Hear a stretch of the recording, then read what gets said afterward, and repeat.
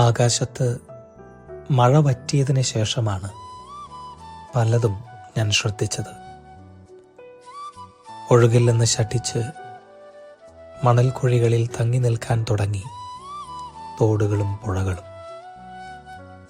പൂക്കൾക്കിനി നിറങ്ങൾ കൊടുക്കില്ലെന്നുറപ്പിച്ച് സമരം തുടങ്ങി ചെടികൾ ഓരോന്നും. എങ്ങോട്ട് പോകണമെന്നറിയാതെ കരയിൽ തലതല്ലി കരഞ്ഞ് കിതച്ചുകൊണ്ടിരിപ്പുണ്ട് കടലിപ്പോഴും. ആകാശത്തെയും ഭൂമിയെയും കൂട്ടിയിണക്കാൻ ദൈവം തന്ന വഴിയാണ് അടഞ്ഞത്, വരണ്ടുപോയത്.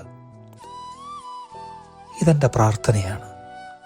പൂക്കൾക്കും പുഴകൾക്കും കടൽ തിരകൾക്കും വേണ്ടിയുള്ള പ്രാർത്ഥന.